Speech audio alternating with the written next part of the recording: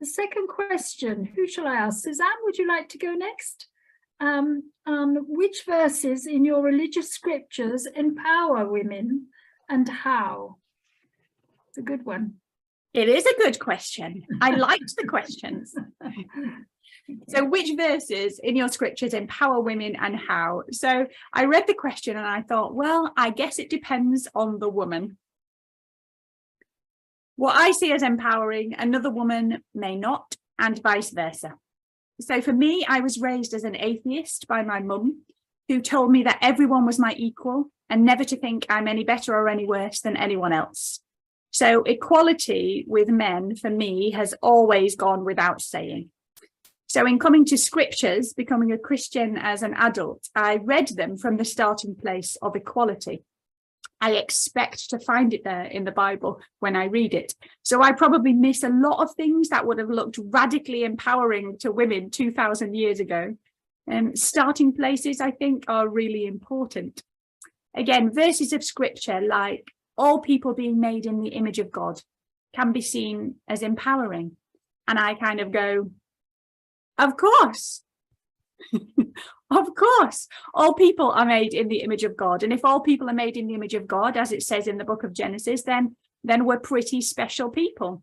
So if God says me as a woman is made in the image of God, who am I to argue? No one gets to treat me as any less. No one gets to treat anyone as any less. And I hold to that for me and for everyone else. And then there are stories, I guess, and that could be seen to empower women, depending on who those women are. There are stories like Mary, a woman being seated at and learning at the feet of Jesus, the rabbi, alongside the men. This was really not a usual thing in the day. So it could be seen as empowering. And I'm like, but of course a woman can sit and learn alongside men. So these things are obvious to me. Of course, women can do whatever they want and are equal to men. Of course. But they're not, however, obvious to everyone. And I know we're coming to the misuse of scripture later, but the idea that women can learn theology, learn the deepest things of life at the feet of God alongside any man, sure, that's empowering if your starting place is being treated as less than. I personally find things like the encouragement not to hide your light really powerful and really empowering. I like that we're encouraged by Jesus to shine. In his Sermon on the Mount, as it's known, he said, "You are the light of the world. You are the light of the world, and to let your light shine." I love that. I like the acknowledgement that the light is within you and that it can shine from you, and that light is God, and that the light of God that can live within you does not discriminate, but the light of God can shine from anybody.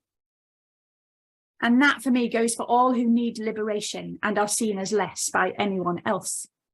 It's the feminist in me, I guess, that seeks for all to be visible and all to be encouraged and all to be empowered. But for sure, thousands and thousands of years, at least in the Christian story, has not necessarily been good for women. So verses in the scriptures that can be empowering for women, I would say it depends on the woman, it depends on the context, it depends on the starting place.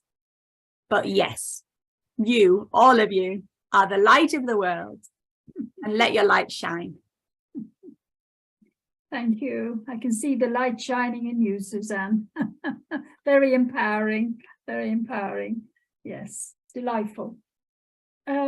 So I'd like to ask Jagbir. What do you think? So I've got two verses. One of them will echo what Suzanne was saying. I think the verses depend on who is reading them. And how they interpret them. And I think there is one, so at the time of the gurus, society in that subcontinent discriminated against women, right? Women were treated as second-class citizens. There were issues around women were viewed as being polluting. distracting to men from their spiritual path to liberation and salvation.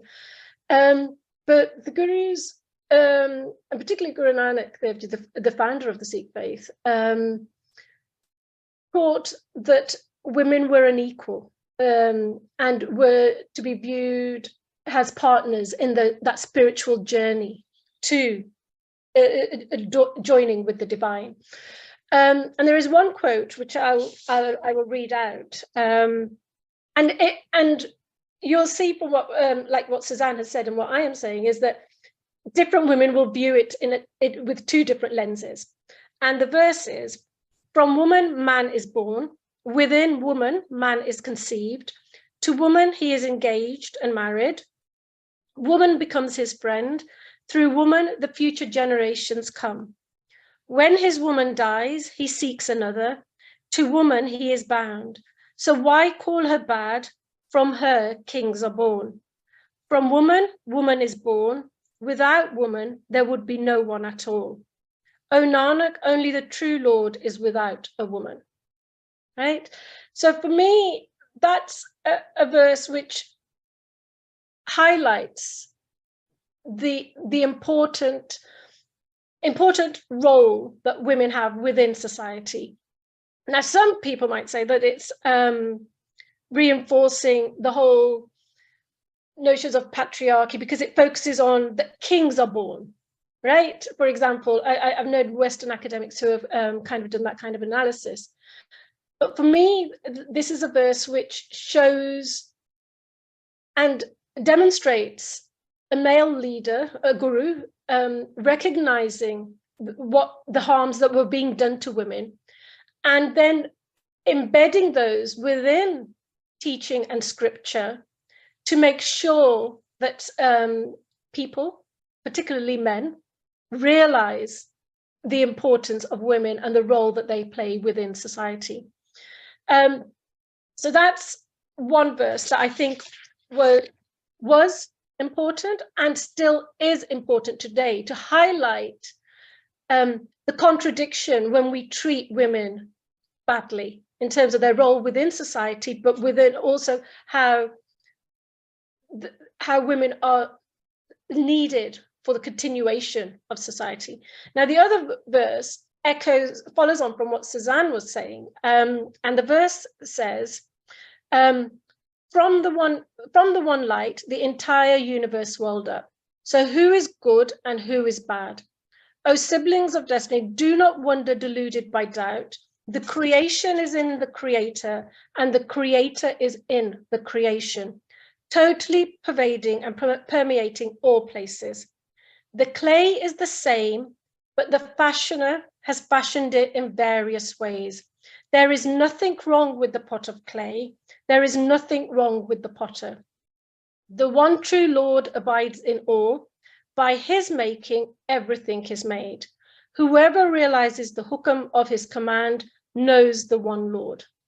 Now, that verse can be used to talk about religious diversity, but it can also be used to kind of focus on that gender equality, that you cannot discriminate against women just because they are women, that they are a woman, because at the end of the day, we all, as humans, contain that divine jyot, that light within us. So recognizing that is very empowering as a woman from within my own faith, to recognize that there was an essence and an understanding from our gurus, the importance of women, and that they had an important role in ensuring that the discrimination that was perpetuated on women was ended. But sadly, that hasn't always been achieved, but it's there, that the respect and the importance of women within society is at the forefront. Thank you. That's very clear. I might very quickly just share my first visit to in the 80s to Sikh, my first step into a Gurdwara. and there was a sister lady sitting there reading the Granth out, the verses out, and I was asking, does she, why? I was so pleasantly surprised. Anyhow, thank you. I think you've explained that very beautifully. I'd like to see Lakshmi there. Actually, Vedas and our scriptures hold women in very high esteem and address them as Dharma Patni. That is, women are Dharma Patni means wife who promotes and preserves the rightful conduct of life. So this is how a woman is portrayed in the Vedas. So Hindu women have a past and present been custodians of Hindu tradition through generations. Their role as the custodian of culture and value has been protected by the Hindu religion. As opposed to women in different religions, Hinduism has had a great number of religious leaders, that is, women religious leaders in the past. These women have been points of reference to practices of the Hindu religion. So actually, it is the essence of Hinduism, the survival of so many women, therefore, solely depend on women passing their knowledge to their children. So children to children, again to children, the knowledge is passed. And this is supported by Lord Krishna. Lord Krishna points out to his disciple Arjuna that women are as worthy and as capable as men in achieving liberation and moksha.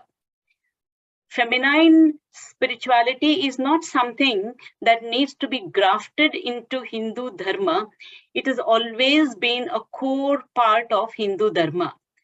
And this is mentioned in the scripture, that is Rig Veda 10.1253 verse. It says, Vedas have several hymns accredited to women scholars who are known as Brahma Vadinis. These are women scholars who were known as Brahma Vadinis. There were many of them, and many of the women were so clever that they could even defeat men in their skills and intelligence. This include women sages like Gargi, Ahilya, Maitreyi, Lobamudra, Ghosha, Swaha, Sita, and many more.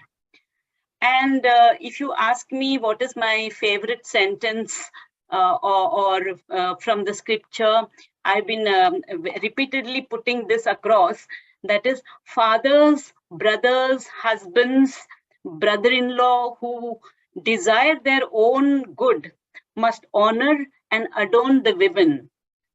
Devatas are pleased only when women are venerated, and women are when women are not venerated, all the worship is futile.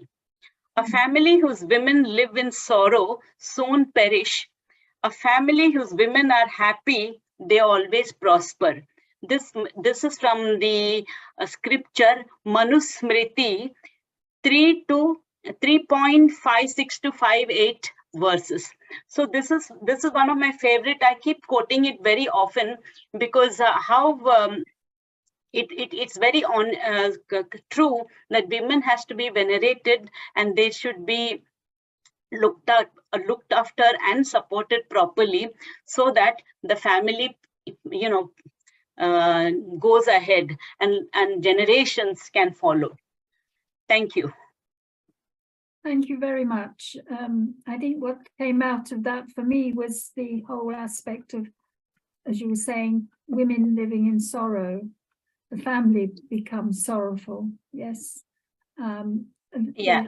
The whole the importance of the woman's role in the community, in the wider community too, and all the scriptures speak of revering and honouring the women in the world, and alas, sometimes it gets forgotten. And I think that really takes us to the last question. But I just want to take up something Suzanne said about at the beginning about she was brought up in an atheist family, and I was just wondering whether, because she had that grounding, that gave her a strong sense of self. Yes, perhaps you could.